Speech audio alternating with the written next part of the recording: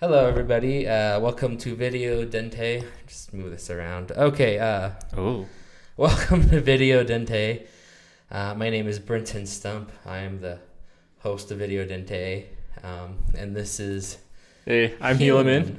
Yep, Helaman He is Higley. my co-host for this podcast. For this legendary, historic. There you go. For this historic fifth episode. For this historic fifth episode, and you might be wondering. I thought it was a fourth. It goes by quick.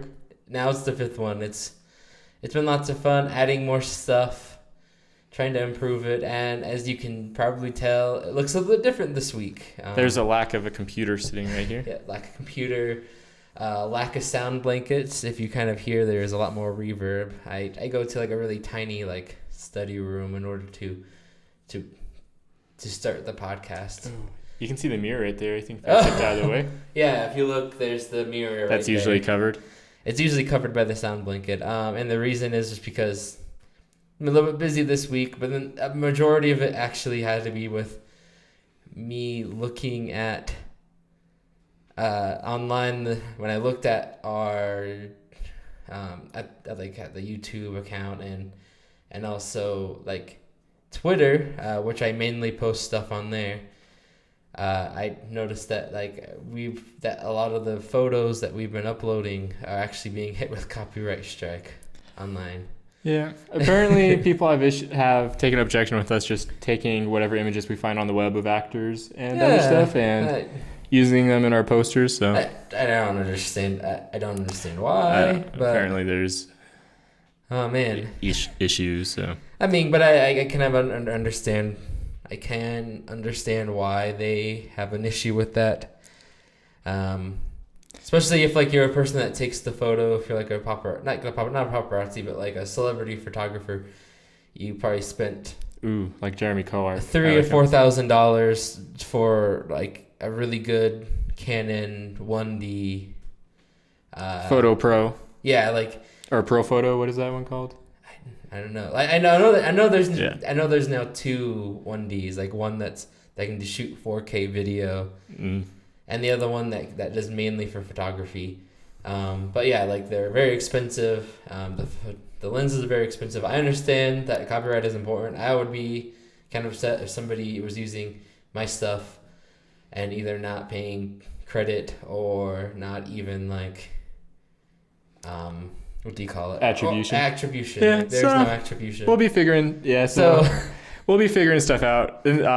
Since this kind of just came to us this morning, we haven't had a chance to figure out exactly what to do. So just for now, we're not going to be making a movie poster today, and we'll figure out a solution for future times to still have that component in there. We're going to find a way in order to try to keep that stuff. Trying to find more proper stuff.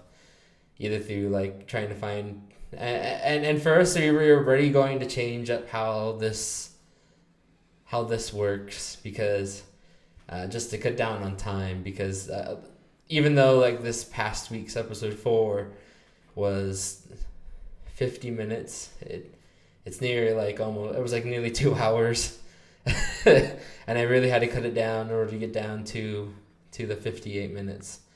And so like we were already trying to update it, but now he cuts out a lot of my rants. A lot of mine also, but I remember you telling me about one you cut out. Sorry, you won't ever get to see that. Yeah. Oh yeah, like you're never going to see that. What was that? The one about directors and something? Yeah. There was one about directors. Let's just talk about it again so you can cut it out again.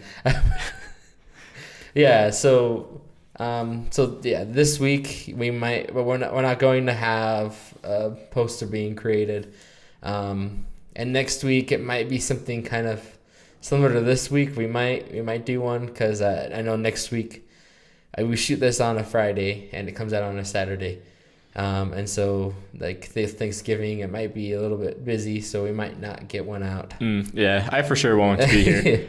So yeah, if there is one, we might have another guest on here again, like how we did last week. But so we'll find out. Details coming with we're just gonna have more of that planned for next week. But anyways, so like this week it's just gonna be the concept, and I understand. Sorry for all those people who might be a little bit upset or even like the algorithms that find it. I understand that we might need to take more responsibility on fighting photos or creating photos on our own in order to make these, because this is very important. And it's also something that we want to keep doing though too, with making the posters. So so we're gonna do some research and find some solutions, so that way we can still we're gonna research on how to fix this. And also because we don't want a copyright strike, and it'd be great to use this stuff in our professional lives, because it'd be very important. Yep. Since like both of us are content creators, and that's what we do for a job, and so it's like very important to just get that down now.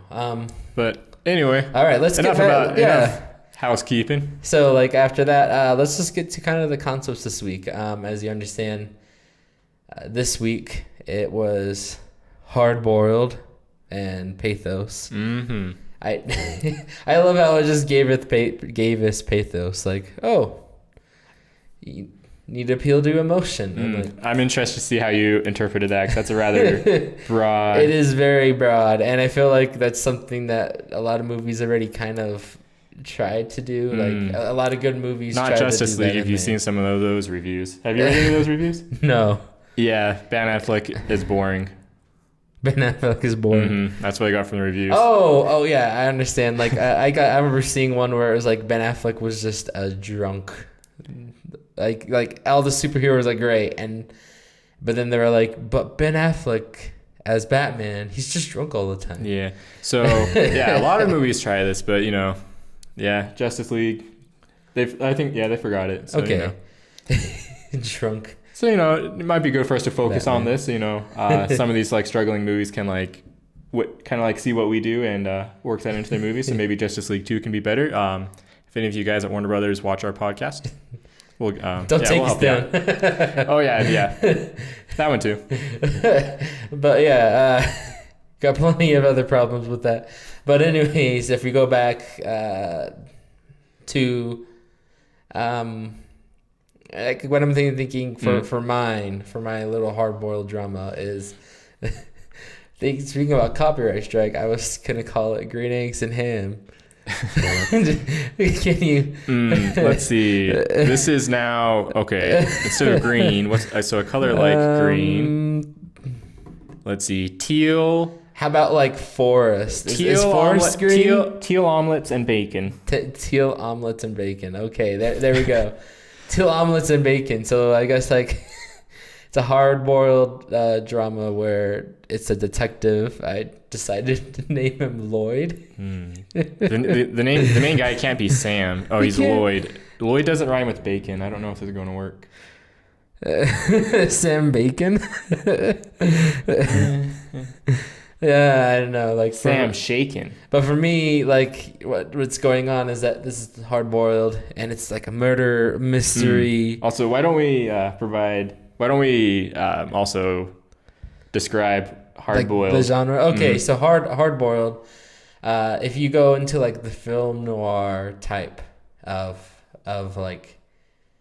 movies, where it usually deals with like a detective and like that grungy detective and like the dame and all that stuff.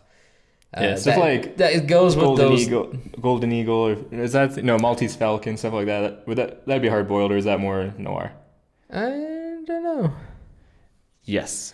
But like basically it always has like the detective type. So I guess like if you like Sin City would be considered a hard-boiled type movie, because it just follows the grungy detective trying to save the day. But like he's like they're usually like drunk all the time. They always have this like past that they're holding on to them. And so so for this one, it's basically running into, he has to catch this killer named Sam. Like his Sam I Am is the killer's like calling card. And so like he likes to kill. So basically what I'm doing. What was the name of the serial murderer named Sam? Red Sam? It's like no, there was like a serial murder. Was there a murder named Sam? Yeah, I think it was Red like Sam? I Am Sam or Red Sam. I studied him in a psychology class. You've taken a psychology class? In high school. Oh, okay. I took one also. I just never actually heard of Sam I Am. Yeah, we had a whole section. Red Sam. I think it's Red Sam. I think everybody's heard of Sam I Am in America.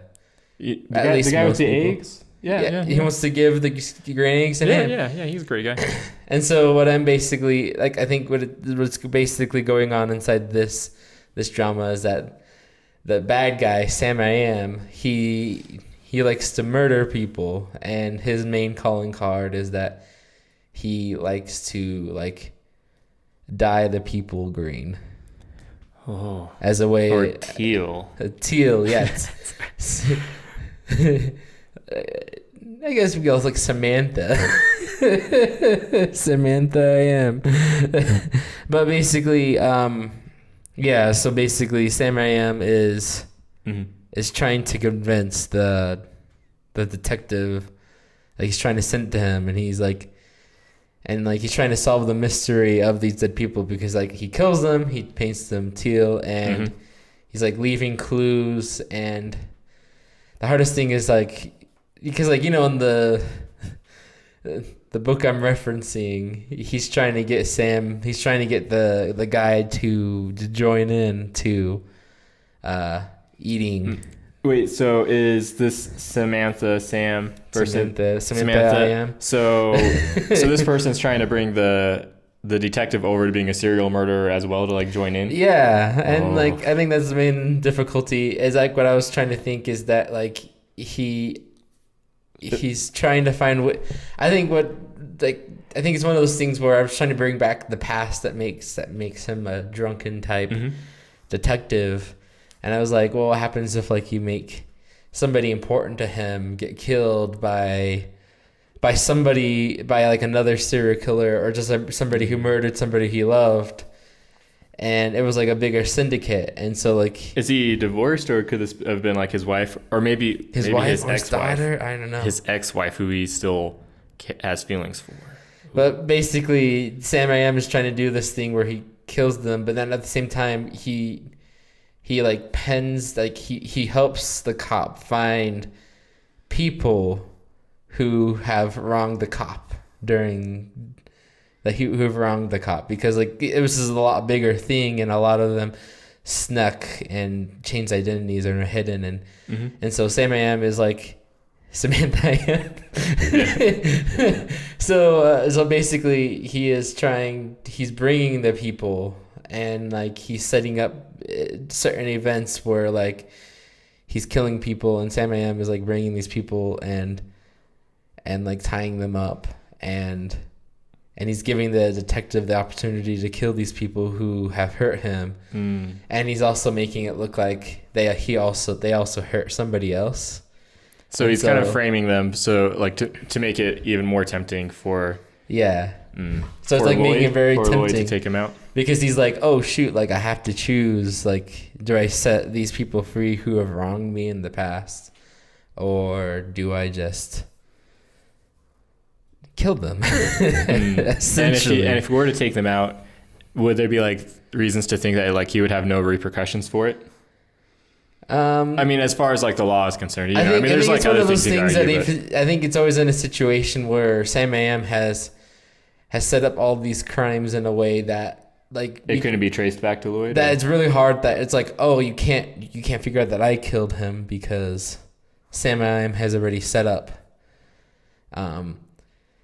easy ways in order to make it look like it could, like they wouldn't figure out that it was the cop. Like, yeah, so we can take out like he leaves like murder weapons and stuff that he can just go and so we can take out these people who have wronged him, and he seemingly has no repercussions from society for it. Yeah, and so would he take out these people to avenge his past, to avenge the wrongs, and slowly become a monster like Sam I Am, or would he be able to take the moral high ground and avoid it? Is that kind of like, in a nutshell, kind of like the big thing?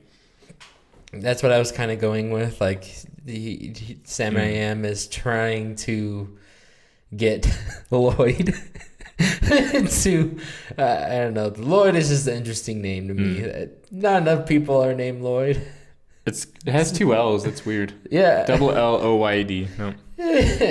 But anyways. Sorry if there's any Lloyds out there. I'm sorry. Sorry for the post to put on Facebook. There was like earlier this week, I was like, I love everybody except for Lloyd. He's just the worst. You said that? Yeah. Are you talking about like I was Lloyd? just joking Is this around. like talking about Lloyd in your movie here, or No. But I don't know. Like in my head, it's just one of those things that it just came in my head, and I was like, I just need to post this.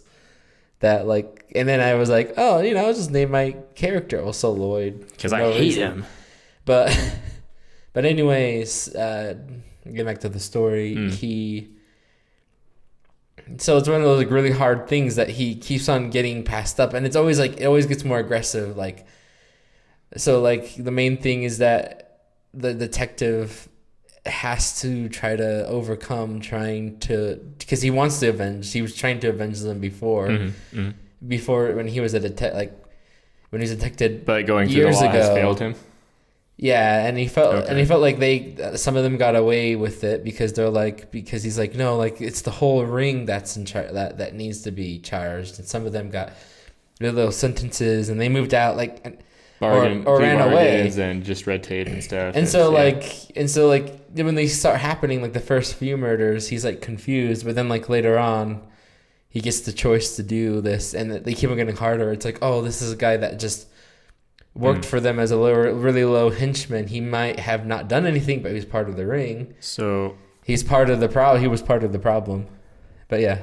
So why is Sam doing this? Why is he messing with Lloyd in this way? Does he have any sort of like personal connection with him? Is he just kind of like this weird guy that's having fun messing with him? Like, I mean, why? I feel like it's one of those things where like,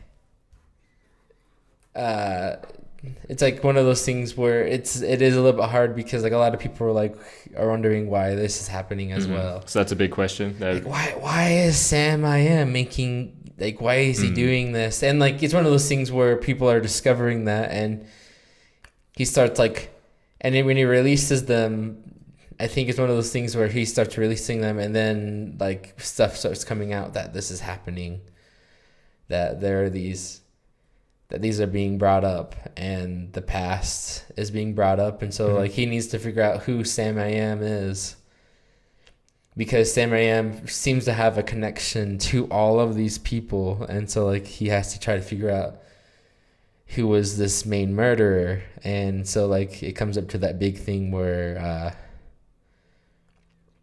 I was thinking that Sam probably was also wronged by the same people. Okay.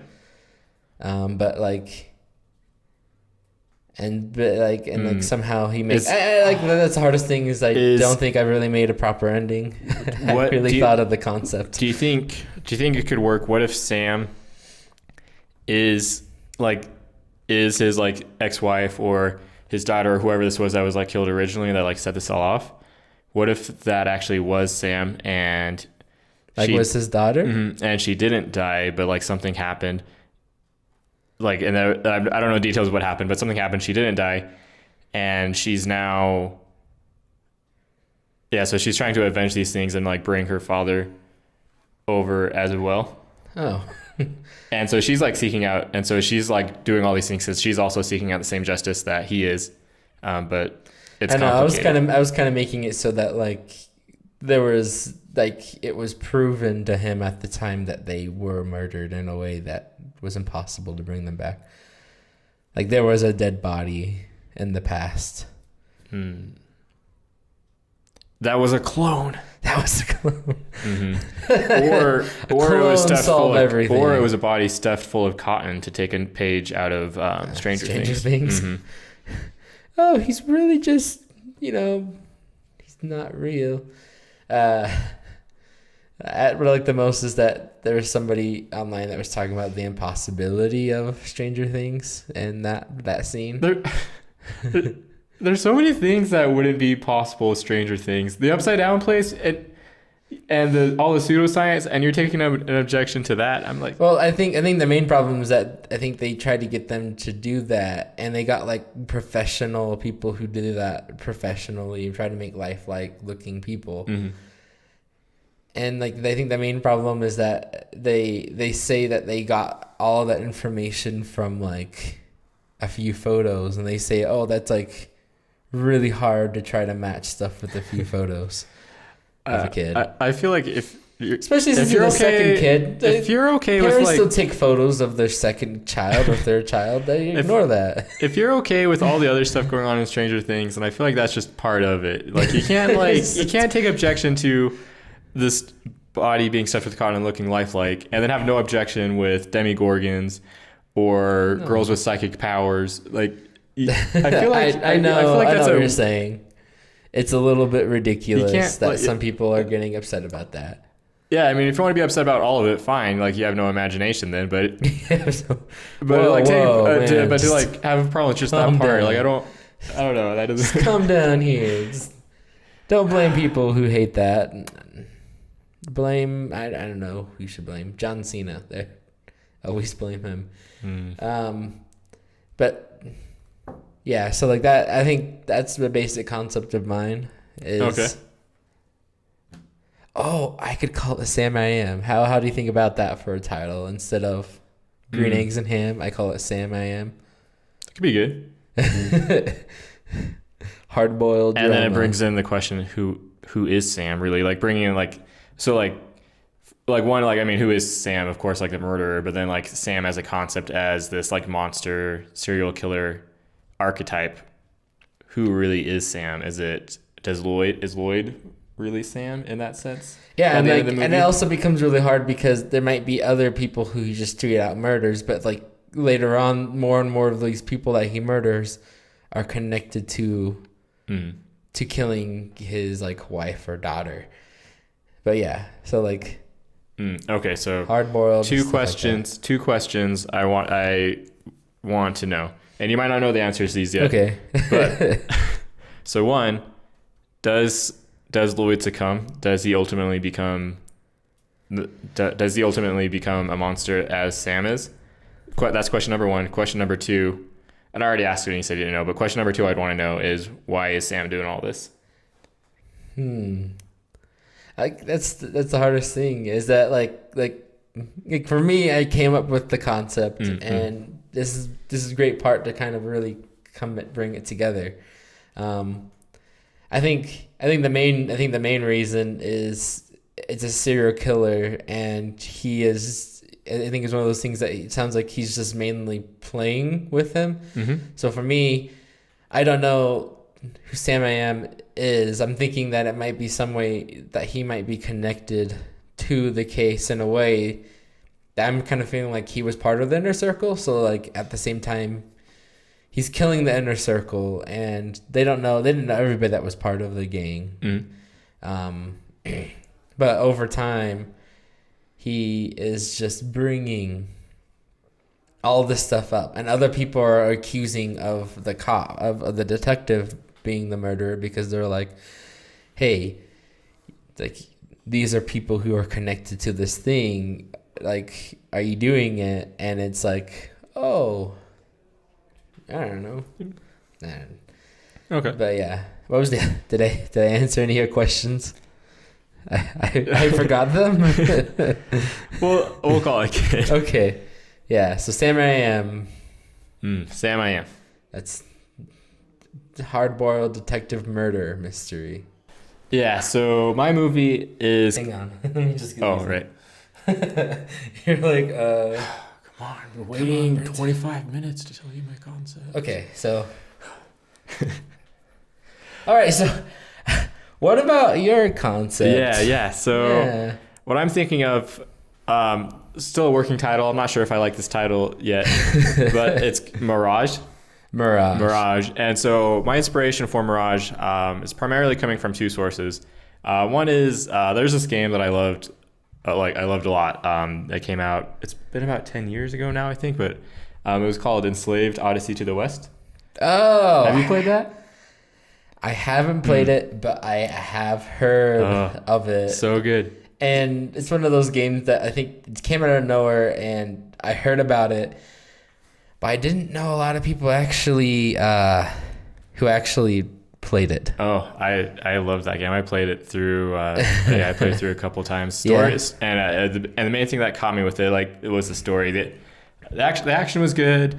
Other things were good, but the story was really where it got me. And quick premise of the story is basically just it's post-apocalyptic America, and there's these slavers running around trying to capture people, and this one girl got captured by these slavers and separated from her tribe, and so now she's trying to get back to her tribe. And you find out along the way that, and through there, and so I'm going to get into spoilers here if anyone's like playing the game right now. I mean, I don't know, it came out 10 years ago. So I guess the main thing is this made by the same people who make Final Fantasy? No, this was made by Ninja Theory. The most recent thing they've done is Senua Hellblade, I think that's what it's called. It just came out recently. So they both they made both of those? Mm-hmm. Okay. And they also made Heavenly Sword. They did the DMC remake. They've done, they have. Is this an American company or is this they're Japanese? UK. Oh, I'm pretty sure. Okay. I'm pretty sure they're UK. But yeah, and so getting a little spoilery here, if anyone's still playing it for whatever. But as you play, you find out that these slavers, they're like hooked up to these helmets, and basically they're in this like VR. They're in this VR essentially, and and these slavers capture these people and bring them into like this big VR hive, where a bunch of people just like live in this fake reality of where everything is like utopian and nice, and it's not the post-apocalyptic landscape that it is instead the world. And all these people are basically unaware of that they're in this. And so that's one inspiration, and the other inspiration is Matrix, which has similar things with that too, where there's all these people hooked up to be batteries for the robots. And, as they're hooked up, they're like in like 1999 America and living out life. So that's kind of two main inspirations for this. Are they just inspirations? Okay. Mm-hmm. I was like, is Odyssey a noir type? Okay. All right. So no, that wasn't a noir type. Okay. So yeah. Let's hear the premise. Yeah, so the premise is so there's this detective, and he's living in this and he starts discovering inconsistencies as he's working on a case. He starts discovering inconsistencies with the world where things don't quite make sense. And when I say don't make sense, it's almost like glitches, so to say, like things are like duplicates of people walking around he's noticed occasionally, and other things like that. Like it's not super common. Does this take place in the Matrix? Kind of. Like, and this is where some of that inspiration comes from. And as he's investigating this, he basically uncovers that yes, him and a group of other people are like living in this essentially in this Matrix. And he finds a way to break free and escape, and escapes. Mm-hmm, and yeah, basically there's like this door he goes through that's kind of like this metaphysical thing. He goes through this door, and he awakens, and he's sitting in this chair strapped up to a bunch of stuff, and he looks around, and there's about 30 other people strapped up in a similar fashion to him in these chairs with all these tubes. And wires he coughs up the tube, and then like a robot comes and flushes him out. Is that no none of that. Oh. No, not like that. And he's wandering around in this facility, and the only person he's able to find is he finds one person, and so he starts like talking to him and trying to figure out what's going on, and what he's found out is basically the entire world has been destroyed. The entire world, it's been destroyed, and it's not going to be habitable to live in for a few more generations. Okay. And maybe this was like nuclear winter. Perhaps this was like due to global warming, extreme global warming of some sort, or meteor strike, what have you. But something, and the surface isn't habitable.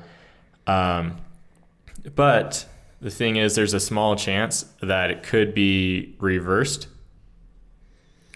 All they need is a Wally. a Wally. So there's a small chance it could be reversed. So there's about 30 survivors in this little hub. Yeah. And originally there was more. Originally this was a larger colony of about 2,000 or so.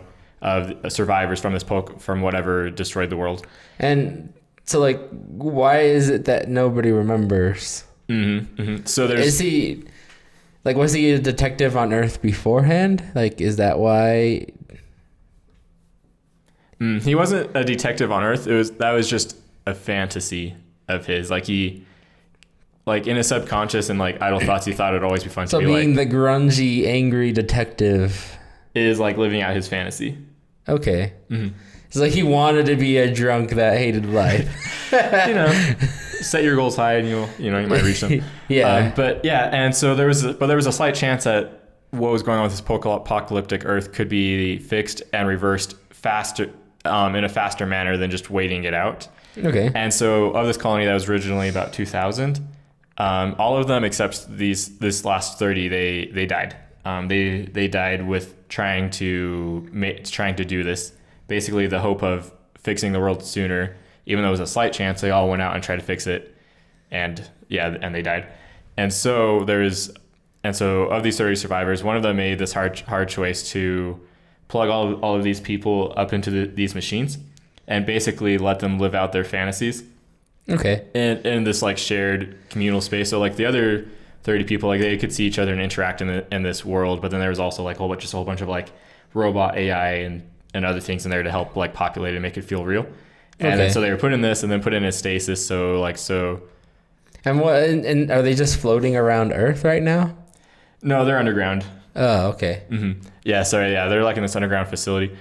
And so he discovers all this, he gets all this dropped on him that like, he's not really living a real life and he's just in this thing, like waiting it out. So wait, were they all just kind of like cryo frozen? Basically, so that way, that last 30 could live out only 30 people could wait out however many generations it would take until the Earth is habitable again. And while they're waiting it out, they're in this like VR thing to like, so they won't go crazy and also they won't try to leave and go die. Yeah, because basically if it gets any like 30, like it's already hit a point of genetic diversity where it's going to be really tough. But it was like if it gets much lower, then basically like any chance of of human race being like repopulated, like it's more and more slim. Yeah, because like 30 people. For some reason, I'm thinking of Mass Effect, and it might just be me. I just remember like the Protheans couldn't do it because they only had like 50 people left. And eventually there was just that one AI barely still running. Yeah. Mass Effect, good game. And yeah, so this detective, he discovers all of this, that the entire everything he thought he knew about reality is a lie, and he's in this stasis thing waiting it out. And that one person, so that one person of the 30 like did this in order to try to like save the human race and like stop people from going out and trying to dying and trying to like fix the planet sooner. So wait, is there like the ozone layer is gone? Is like what exactly happened to the surface? Yeah. I haven't. We can decide that right now. I haven't considered that too much past. It was just something that made it uninhabitable. So maybe we'll say this is like during the happening, like plants killing humans. Yeah. So maybe we'll say there was a meteor strike that then just like set off a whole bunch of like chain reactions, set off. Tipo volcano. Stuff like that. Yeah, and created basically nuclear winter and other things, and then infrastructure collapsed, and then as that collapsed, other things, and basically one thing after another. Mic check. Yeah, and so now he's got this hard decision to make of, is he just going to go on living out this lie, or is he going to try, knowing this is all a lie, is he going to fight it in order to actually live life? Fight. So that's kind of what I'm thinking would be like. Just ignore me. And so I don't know. That's where I was trying to think like some of the like emotional and I guess like pathos, logic, and logos as well could come in with that. And then there's the investigation with him like investigating first in the VR world, like finding these inconsistencies and figuring out one clue after another to like break out of it, and then once he's in the real world, investigating that and then basically making a judgment call as to what's going to be the fate of humanity. Okay. And so wait, does he get to fix the world? So ultimately, how the movie is going to end is he's just going to put himself back in the machine. Oh. He's going to put himself back in. He's going to wipe his memory that he ever saw any of this, and he's just going to go on living with his head in the ground. I'm going to be a hard-boiled detective. Mm-hmm. Okay. Yeah. I don't know. I was picturing this. I don't know. I just felt like saying, yes, he breaks out and fixes everything and the world's better. I don't know. I feel like it wouldn't really fit this tone. I felt like you're kind of following kind of like the old dystopia stuff before, like Mockingjay and like 1984 and a lot of post-apocalyptic stuff. The hero never I don't feel like they ever overcome the society. Like they always lose to the society. Yeah. Also, I'd want to build this up in a way though that like viewers as they're watching it, like they're not sure what the right choice is either. So does he get to make a choice of bringing everybody out of the cryo sleep? And so he gets that chance. And does he have the chance right now to fix the Earth as well, or? He could with the same chance that all of the other people in the colony had who tried and died. Oh. Does he have to like leave or something like that? Yeah, it would involve leaving the safe facility and going out into the real world, or out on the surface. Okay. So he has that chance, but then he decides to sleep until he decides it's not worth the risk. And the other question also knowing all of this, he's no longer able to be happy in this fake world though, so he has to have his memory wiped. Like you're saying his memory has been wiped. What happens if this wasn't the first time he's done it? Oh. Very good. Ooh. Because like you're saying that his memory gets wiped at the end, but what happens if like it shows a multiple thing? Like there's always an eventuality as him being the detective and noticing the flaws and finding a way out. Like he keeps on resetting the system and he keeps on figuring this out and leaving. Yeah, so that's a great insight. And I'm picturing that when he's in the real world, perhaps he's leaving himself clues as to what happened. And then every single time he does it, though, he comes to the same conclusion, again, that it's best to just wipe my memory and go back and living here. I mean, that kind of fits to like the form of like a post-apocalyptic type dystopia where the hero always doesn't overcome something because he's always like, I keep on making the same choice. Ooh, you know what I'm picturing? And he keeps on getting the stronger evidence, and he always gets to the same brick wall that it's like you can't fix it because other people have fixed it in the past. I just had a thought too. I was saying there's like one person who like put everyone in these machines. Yeah. So I'm thinking now that he put everyone in the machines. He did this. And that's why he's the detective. But then every single time he wiped his memory as well because he didn't want to have to deal with like the ramifications of what he did, have to weigh on his conscience. But then every single time he figures it out, he comes back out. He rediscovers his clues that showed his train of reasoning for why he did this. Ooh. And then this movie. This is actually really good. So this movie would only show one. This movie would only show one sequence. It's like it wouldn't show him coming to conclusion multiple times. But there would just be clues that he's done this before. Like, would there be like video evidence and stuff like that? And it's like showing a younger version of himself. Perhaps, yeah. Showing that he's done it before, but you don't really know how many times this cycle has happened. Yeah, because he keeps on coming out. And is he out for a while? Like, is he out for like a few months deciding? Yeah, so with this one, I'm picturing like maybe other cycles he has been out longer. But as far as for this movie, I was picturing it being fairly short as far as time's concerned. So maybe he'd be out for like a day, maybe two, not very long. Oh, man. And he just basically has to make the decision of, I don't know, this actually sounds like a really good movie because it's like, well, he's the reason he put everybody in there. He wiped out his memory and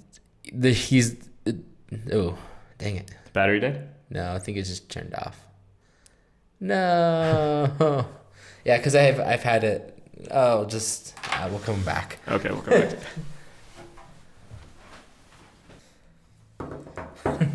All right, so where were we with this? Oh yeah, so I forgot. I had to go get a new battery for the camera. It kind of ran out. Yeah, so we were just talking about this idea of how he would like multiple times like live out and make this decision to just live out in this fake reality once again. Can we also put down tricks along the way? Because like, what happens if like there is evidence that it might be toxic, and like the past people keep on making the same reasonings? What happens if it's like? What happens if there's other evidences that might not be as he thinks it is? So like that could make this decision harder. Like maybe something's changed, or maybe there's reason to think some of those assessments were wrong. Yeah, like what happens if like some of the stuff is basically and is he allowed to jump back in with his memories to the cryo? I mean, I suppose he could. It's just every single time he's made the decision that he doesn't want that weighing on his conscience. Oh, like it's one of those things where it's he starts doing that and he goes back in every once in a while because he needs to talk to other people. And well, no, not that he goes back in every now and then because he needs to. Like that's where he basically is all of the time. Like he's basically always in this VR, and then there's just occasional bursts where he figures it out. And he's out in the real world for like a day or two. No, like go ahead. Like I'm just thinking. Like imagine if he decides not to wipe his memory at that point, and he like sort of certain points like he's living in this life, and he's like, I know this is fake. I know what's really going on. And so like when people are murdered, he comes out of it and he just realizes that it's just there are 30 people left, but at the same time, the giant computer system is just killing off the least important person. And so like it's even making it harder because he's like, oh shoot, like we're running out of power. It's been hundreds of years since that thing. And then that person is either like, and so those murdered people are people in the real world just having their cryo turned off because they can't sustain that person anymore. Yeah, I mean that's interesting. But I'm not so sure if I'd want it in this instance, just because I like the idea of there not being like a clear villain, so to say. Like I don't know, even though the computer's just like maybe following it's also making it harder because the villain was himself. And yeah, I know. Like, I kind of like that idea where there is no other influence. It's all just I kind of like that where there is no other influence or things. It is just him. You know what? He just basically it's 30 people left, and they're okay. They'll last for hundreds of more years. I don't know. I kind of just like that idea more, that it's him just making these calls and it's not like a computer. But I do think it could be interesting though if we could like see seeds of things of like maybe, as you were saying, like maybe some of those findings were wrong, or maybe things have changed and he does. And if he were to leave, he would have a better chance of like fixing things now than the colony did originally when all those 2,000 died. And so maybe he has this really so it makes the choice even harder, but then he still ultimately decides just to go back in. Like it's like eventually it will happen. What happens if the computer doesn't decide, but when he's awake, it tells him the amount of consumption, and it's like, well, if you need more people to survive, you might have to knock off a couple of people from the machine. Perhaps. So it's like he has to choose as a. And you know what I would see with this character? Yeah. What I would see with this character is I could see like maybe the computer telling him this, but I don't think he would. I don't think he would choose. He seems like someone who is much happier being oblivious and pushing this off, shown by the fact that consistently he has chosen to just go back into this world and wipe his memory. I think he'd be. So like it's wiping. It's wiping his memory, and a computer is implanting how he feels in the end, right? Yeah, and I think like, if there's like this choice of like, okay, should I if we kill one of these, the resources last long enough to do this? I don't think he'd make the decision. I think he would just run. I think, and maybe that's even another reason why he goes back into the system, is just to run away from having to make that choice, perhaps. So like maybe at first he did that, and then the computer keeps on giving him the same personality, and the personality that it gives him, it keeps on making him not strong enough to do it. Perhaps. So like it's making him the hardboiled detective, but at the same time, it's the first guy. He was in charge of thousands of people underneath inside the shelter. He's making, and like for him, he probably would have been brave enough. The first guy would have been brave enough to make the journey. But because it keeps on replacing himself as the hard-boiled detective type, that makes it so he has to. So like that detective doesn't want to make the decision, and so like the computer keeps on giving him the flaw. Like it gave him the flaw in the first place. Well, except the only thing I'd say is I'm not so sure if he would. I don't think he would have been brave enough that first time, evidenced by the fact that the first time he subjected all 30 people into this. Like was the first time that was decided? Yeah, like So that first time when they were all originally put in there, he made that choice.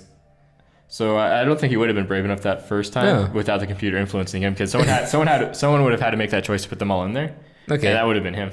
Well, I think it's one of those things where, like I'm saying, it wasn't a big enough choice, and the danger levels were really high, because like he made this hundreds of years ago, right? When it probably wasn't a viable option. But now it's like, oh, back in the day, I had 99% of a chance. Like it almost definitely would have killed him if he left. So, I don't know. This is going to get into like this evil AI thing though, which I'm not. I mean, it's not an evil AI. Well, so what would be the desire of the AI to make him weaker and to it's not like it was one of those things where the AI was just trying to fill his brain with something, but one of the personality consequences is that it made him more susceptible to not doing that stuff. It's like, oh, you're just a detective. Don't worry about it. And that was just the personality that the computer gives to him, and it always defaults him to that personality. So it was one of those things. It was just the consequence of the seed that the guy was given as the detective. Yeah. Okay, I can see that. I just want to make sure the emphasis on this isn't. So it wasn't an evil AI. Yeah, I mean, I just want to like make sure the emphasis on this isn't like an evil computer system or anything like that. It's all about human emotion, human choice. Like and it's on him. If we're talking about like evil robots, if we go back to like Mass Effect, I mean the Reapers aren't exactly evil. They have a higher plan and they have a higher reasoning for everything. Right. And they have a purpose, and they're built just like the Leviathans. Yeah. And it's one of those things where they're just trying to solve a problem. Yeah. But in this, I mean, I would want the robot to have an even smaller role. Like I'm not even sure if it would have like a personality or even talk to the person. Yeah, it probably doesn't. It's just a program running. Yeah, it's just a virtual program that has no personality. It doesn't talk to him. It doesn't think like that. The only person that talks back to him is generates a personality seed for him, and the personality seed that it keeps on giving him is just not strong enough. Yeah, which is his fantasy of this film noir. And so it's his fault. He's giving it to the robot. Yeah. That's what I was kind of thinking. Okay, yeah. That it wasn't his fault. It's just the robot keeps on seeding him with somebody that isn't strong enough. And he has the choice of changing it, but it's one of those things where it's like, this guy might not. Like, he's not like the scientist that might have made the decisions in the past, because he keeps on giving himself the same personality. Right. And he's like, I like my personality. I'm okay with this, until he erases his memory. He comes out and he's like 60% but he's not willing to risk it for these people because he knows them in the computer computer program, and he probably doesn't like them at all. Or he doesn't like. I'm just saying. We might have to. You can even back up and say he's one of those things where he doesn't see a reason to fix this. Yeah. I don't know. And I think he just makes the choice that he just makes the choice that any risk isn't worth it, and it just keep waiting. And I don't know. I'd want to like try to make sure this is balanced right. So like as viewers are watching it, it's a hard decision for them too. It's not just like, oh, obviously you should go out and do this because it's like a 60-80% chance to succeed, or I don't know. I would want it to be like honestly like a tough choice for the viewers too. It's like, oh, what should I do? It's now 60% chance, but if he dies, it's pretty much that those people are going to be permanently sealed for the rest. Yeah, I'd want something that people could like discuss around the water cooler after, and they're like, do you think he made the right call, like going back in there, wiping his memory? And some people, yeah, I'd want like a bunch of people honestly like, yeah, that's what I would have done. I don't want other people that'd be like, no, he should have like gone out and like, he's not living. He needed to like go out and he had a good chance. He could have like fixed everything. He should have gone out. And, I would want people to have that discussion. Okay. All right. So he decides. Okay. So what is this movie called? Like, have you changed it? Or? No, I'm still on Mirage right now, but it's a working title. I don't know. Do you have any thoughts? I can't really think of anything for this. I mean, mine was from a book. But yeah, because like it kind of works with what you're trying to say. Because like for him, he's not inside the real world. It's all fake. Mm-hmm. And I think maybe we could like play with the idea of like Mirage in there too, with like, you know what I mean, where Mirage is just like a trick of light and bending light, especially in like hot areas. I kind of like it because you said that this was a lot like the Matrix, and it does kind of follow that whole how the Matrix tries to